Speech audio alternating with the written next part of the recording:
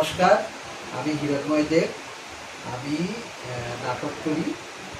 আমার অভিনীত একটি নাটক থেকে আমি ২-৪টে ডায়ালগ আমি আপনাদের বলছি। ঠিক আছে স্যার, আমি খুব বিপদে পড়েছি স্যার।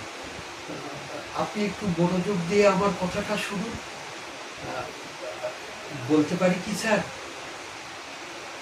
আচ্ছা ঠিক আছে স্যার, আপনি যদি শোনেন তাহলে আমার খুব খুব উপকার হয় স্যার। আমি অফিস থেকে বাসে করে যখন বাড়ি ফিরছিলাম, তখন গতকাল সন্ধ্যেবেলা আমার পকেট মার হয়ে গেছে স্যার। আমার মাইনের পুরো টাকাটাই চলে গেছে স্যার।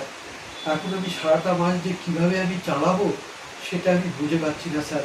দয়া করে আপনি যদি একটা কিছু ব্যবস্থা করে দেন, তাহলে আমি এই একটা মাস আমি কোনো রকম করে পরিবার নিয়ে সংসারটা চালাতে পারি স্যার।